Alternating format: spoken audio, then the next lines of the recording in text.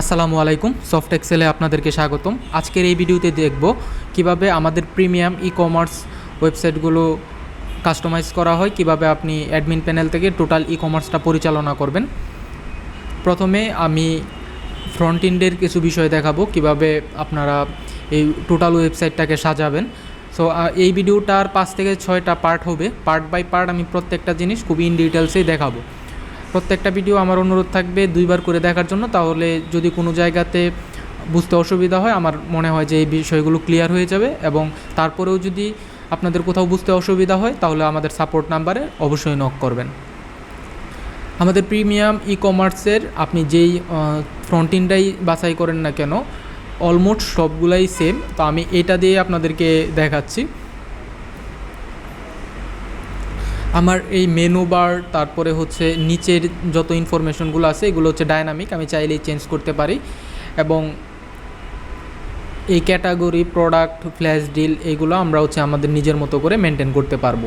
So প্রথমে আমি চলে যাচ্ছি অ্যাডমিন প্যানেলে। অ্যাডমিন প্যানেলে লগ ইন করার জন্য প্রথমেই আপনার যে ওয়েবসাইট আছে ওয়েবসাইটের আগে ইউআরএলে অ্যাডমিন বসাতে হবে। অর্থাৎ আমি যদি আমার যে মেইন ওয়েবসাইট আছে পণ্যমেলা.bd.shop, এটাতে যদি আমি admin.পণ্যমেলা.bd.shop দেই, তাহলে আমি এখানে লগ ইন করতে পারবো।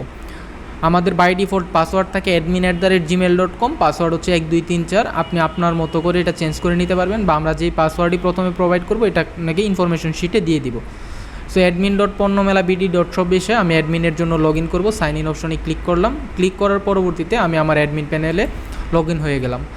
এখন আপনার যখন মনে হবে টোটাল সাইটটা কমপ্লিট, তখন আপনি আপনার অ্যাডমিন প্যানেলের পাসওয়ার্ড এবং মেল চেঞ্জ করে নিতে পারবেন। চেঞ্জ করার জন্য এই অ্যাডমিন ইউজারে আসবেন, প্রোফাইলে ক্লিক করবেন। ক্লিক করার পর এই জায়গাতে দেখবেন আপনার এই যে উপরের অ্যাডমিন ইউজার লেখা আছে, এটা এখান থেকে আপনার নাম চেঞ্জ করে দিতে পারবেন। আর এইখানে হচ্ছে ইমেলটা admin@gmail.com আছে, যা আপনি আপনার যে ইমেল আছে সেটা আপনি দিয়ে দিতে পারেন আপনার পছন্দ মতো।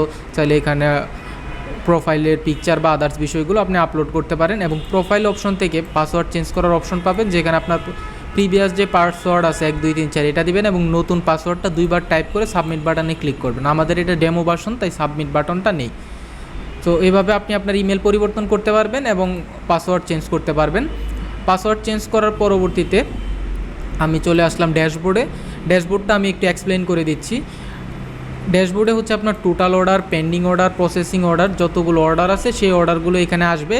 এবং আমরা এখান থেকে ক্লিক করে আমরা আমাদের মতো করে ডাটা সর্টিং বা হচ্ছে ফিল্টার করতে পারবো। যদি লাস্ট 7 ডেজ দিই, প্রিভিয়াস 7 দিনের অর্ডারের সামারি আমার চলে আসবে। এবং এখানে পারফরমেন্স গ্রাফে আমাদের যে 3টা অর্ডারের স্ট্যাটাস, প্রসেস, ডেলিভার্ড আর পেন্ডিং, এই 3টা হচ্ছে স্ট্যাটিস্টিক বা গ্রাফ আকারে আমাদের শো করবে। এটা থেকে আপনি আপনার অর্ডারের রেশিওটা বুঝতে পারবেন যে ভালোর দিকে যাচ্ছে না খারাপের দিকে যাচ্ছে। এটা হচ্ছে অ্যাডমিন প্যানেলের ড্যাশবোর্ডের এক্সপ্লেনেশন। আমি এখন চলে যাচ্ছি অর্ডার ম্যানেজমেন্টে। অর্ডার ম্যানেজমেন্টে যাওয়ার আগে প্রথমত তো আপনার ওয়েবসাইটের ক্যাটাগরি বা প্রোডাক্টগুলো আপলোড করতে হবে। সো সেগুলো সব কিছু ওকে থাকলে তারপরে আপনি অর্ডার ম্যানেজমেন্টে কাজ করতে পারবেন। আমি তাও অর্ডার ম্যানেজমেন্টটা আগে এক্সপ্লেন করে দিচ্ছি, তারপরে আমি পর্যায়ক্রমে বাকি বিষয়গুলো দেখাবো।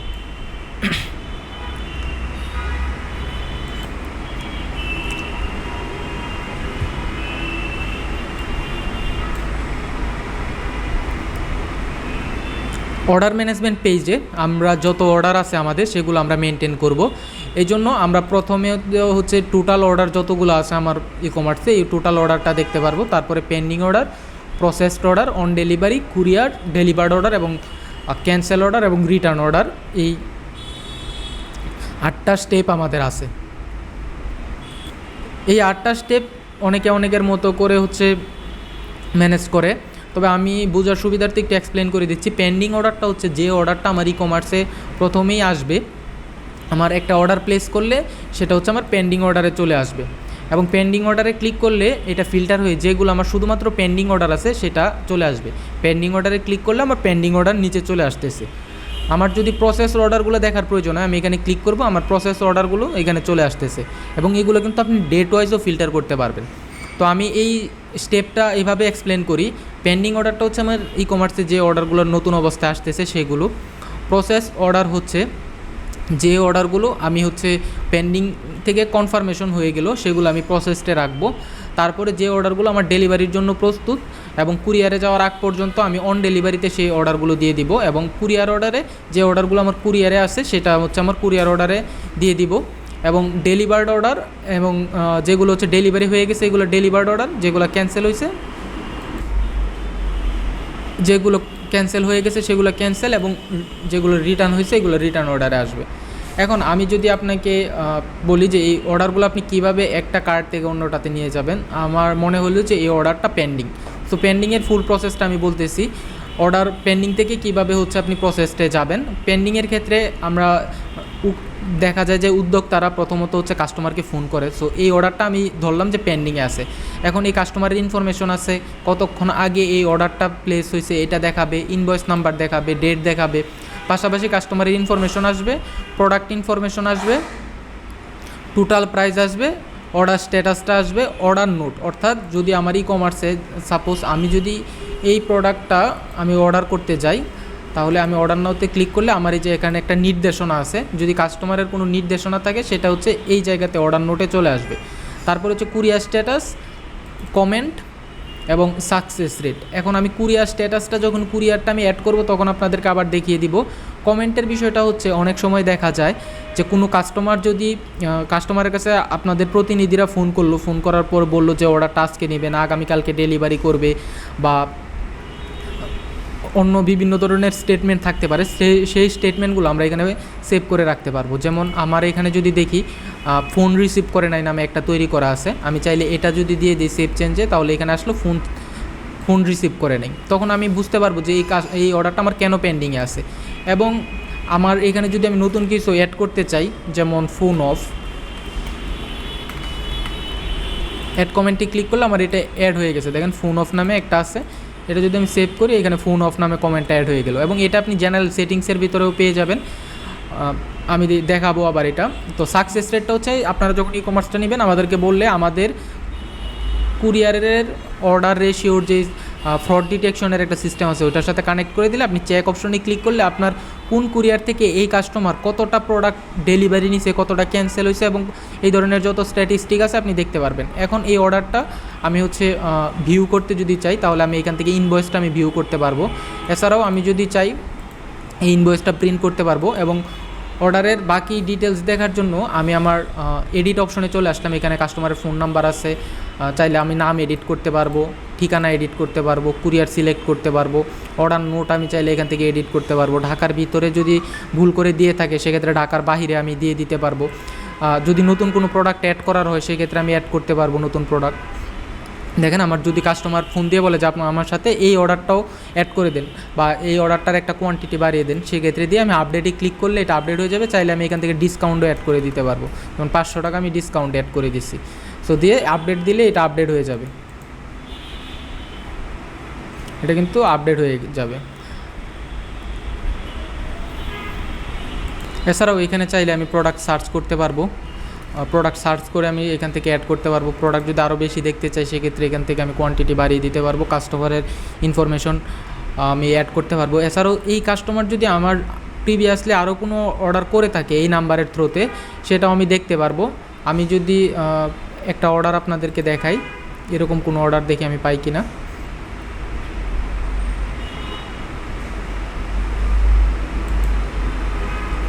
সো দেখেন এই কাস্টমার আমার আরও অনেকগুলো আমাকে অর্ডার করছিল, সেই ডিটেলসও আমি পেয়ে যাচ্ছি এই জায়গা থেকে আমি সকল প্রিভিয়াস অর্ডারের কাস্টমারের ইনফরমেশন পেয়ে যাচ্ছি, ইনভয়েসটাও প্রিন্ট করতে পারতেছি। এখন এই অর্ডারটা পেন্ডিংয়ে আমার হচ্ছে কমপ্লিট হয়ে গেল, আমার অর্ডার কনফার্ম হয়ে গেছে। সেক্ষেত্রে আমি এটা অন ডেলিভারিতে দিয়ে দিতে পারি, যেহেতু আমার এই অর্ডারটা আমার অলরেডি হচ্ছে প্রসেসড অর্ডারে আমি দিয়ে দিতে পারি যে এই অর্ডারটা আমার সাকসেসফুলি হচ্ছে কাস্টমার নিতে চাইছে, সেক্ষেত্রে আমি প্রসেসটা দিয়ে দিতে পারি। তখন প্রসেস থেকে এখন এই জিনিসটা আপনার অর্ডার প্রসেসিং করবে। এখন পেন্ডিং ডেলিভারিতে আমরা যদি চাই যে আমার 5টা অর্ডার এডিট করা হয়েছে, এখন এই ক্ষেত্রে আমি অর্ডার স্ট্যাটাসে যদি প্রসেসটা দিয়ে দিই তাহলে এই 5টা অর্ডার বাল্ক সিলেক্ট হয়ে আমার প্রসেসটা চলে যাবে। এছাড়াও যদি ডিলিট করতে চাই অর্ডার, আমি এখান থেকে বাল্ক ডিলিট করতে পারবো। এছাড়াও এই সিএসবি ম্যানেজের মাধ্যমে আমি যখন ক্লিক করব, দেখেন এখানে একটা শিট চলে আসছে। এখানে ডাউনলোড সিএসবিতে যদি ক্লিক করি এই শিটটা আমার যদি কোনো কারণে কুরিয়ারের এপিআই কাজ না করে, কুরিয়ারের এপিআই যদি কোনো কারণে এখান থেকে তো আমরা অটো কুরিয়ারে সেন্ড করব, সেটা যদি কাজ না করে তাহলে আপনি যদি স্ট্রিট ফাস্টে একটু লগ ইন করেন,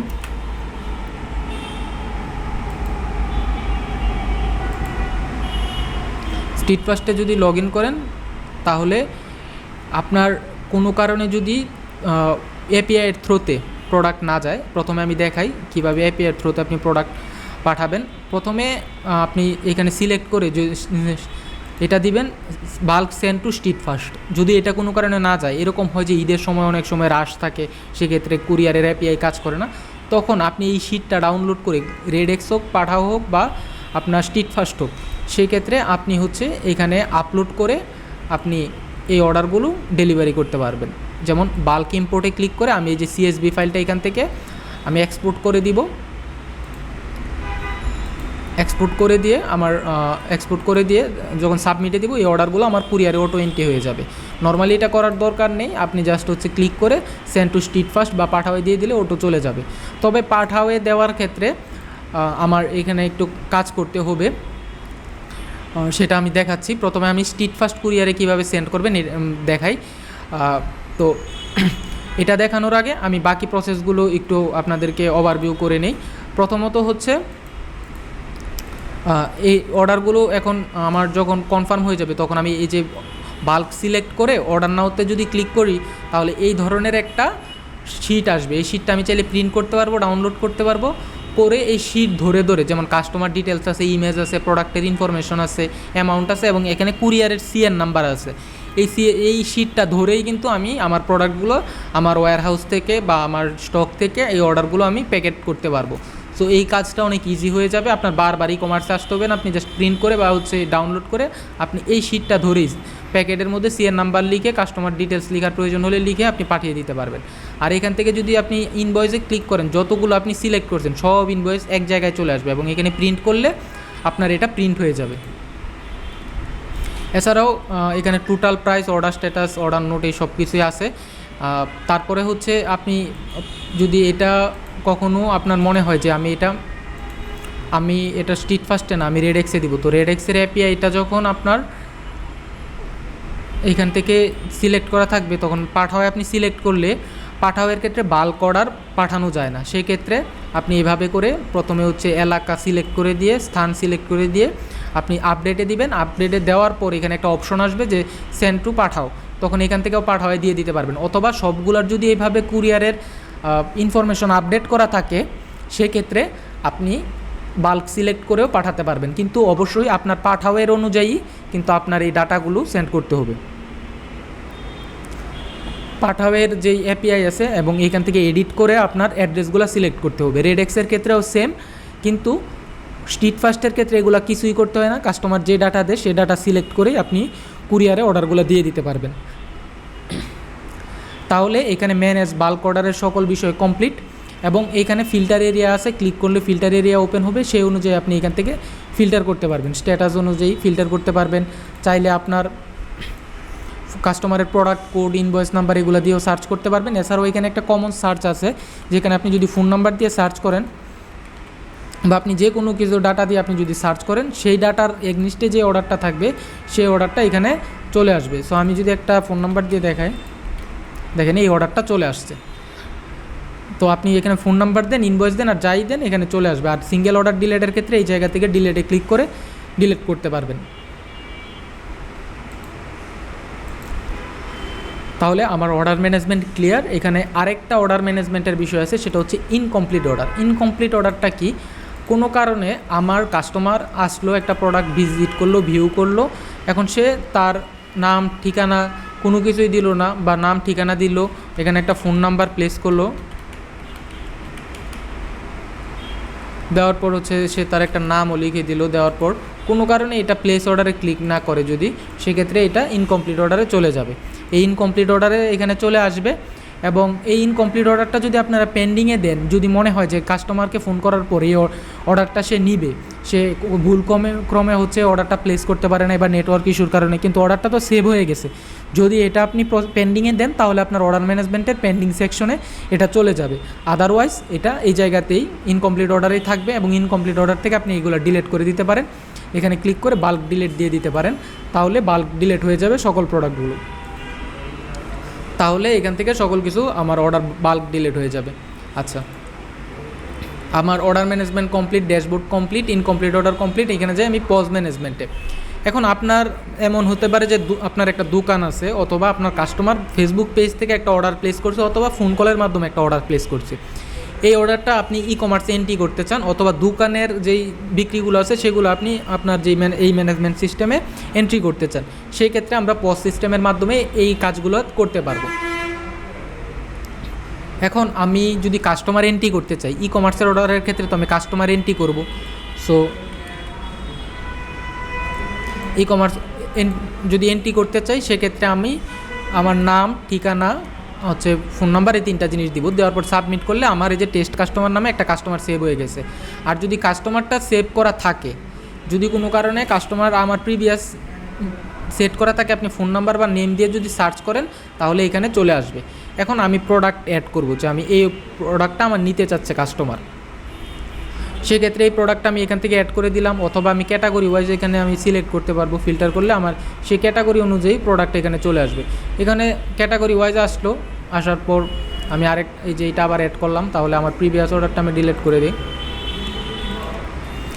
এটা হচ্ছে আমার অর্ডার আসলো, এখানে আমি তাকে 500 টাকা ডিসকাউন্ট দিতে চাই, দিলাম আমি 500 টাকা ডিসকাউন্ট। এখানে 500 টাকা ডিসকাউন্ট অ্যামাউন্ট লেখার পর আপনি এখানে এন্টারে প্রেস করবেন। এখন আমার কোন কাস্টমার, ডিফল্টভাবে একটা কাস্টমার থাকে, এটা হচ্ছে ওয়ার্কিং কাস্টমার নামে থাকে। এটা কেন থাকে, যে আমি কাস্টমার সেট করতে না চাইলে, যেমন দোকানে আসলে আপনি কাস্টমারটা সেভ করবেন না, সেক্ষেত্রে একটা ডিফল্ট কাস্টমারের আন্ডারেই এটা এন্ট্রি হবে এবং ইনভয়েস থাকবে। আর যদি আপনি এরকম হয় যে কাস্টমারটা আসলে আমি এন্ট্রি করতে চাচ্ছি, সেক্ষেত্রে আপনি এখানে এন্ট্রি করতে পারেন। তো আমি এন্ট্রি করা কাস্টমার আবার এখানে সার্চও করতে পারবো টেস্ট নামে। আমি এই নামে যদি এখন দেই, তাহলে এই অর্ডারটা আমার প্লেস হয়ে যাবে। আমার প্রোডাক্ট অ্যাড হয়ে গেছে, সেল হয়ে গেছে, এটা আমি এই যে এইখানে পাচ্ছি, আমার অর্ডার ম্যানেজমেন্টে চলে আসছে। আচ্ছা, এখন এখানে আরও একটা বিষয় আছে, পজ ম্যানেজমেন্টে যদি যাই, এখানে আপনার অফলাইন সেল আর অনলাইন সেল, ইনসাইড টাকা, আউটসাইড টাকা। নর্মালি অফলাইন সেল দেওয়া থাকে, ইনসাইড টাকা, আউটসাইড টাকা আপনার ই কমার্সের ক্ষেত্রে দিয়ে নেবেন। এবং এখান থেকে আপনি অ্যাট্রিবিউটগুলো সিলেক্ট করে দিতে পারবেন, যেই প্রোডাক্টের অ্যাট্রিবিউট থাকবে সেই প্রোডাক্টগুলো আপনি অ্যাট্রিবিউট, এই যে ধরেন এই প্রোডাক্টটার রেড কালার নিবে এম সাইজ, তাহলে রেড কালারের এম সাইজ কম্বিনেশন করা থাকলে আমার এই প্রোডাক্টটা এইভাবে আমি অ্যাড টু কার্ট করতে পারবো। আচ্ছা, তাহলে এই অর্ডার এন্ট্রি চলে গেল পজ ম্যানেজমেন্ট পর্যন্ত।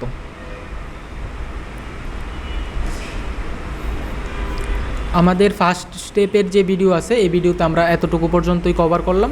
সেকেন্ড স্টেপে আমরা হচ্ছে আমাদের প্রোডাক্ট অ্যাড করা এবং আদার্স বিষয়গুলো দেখব।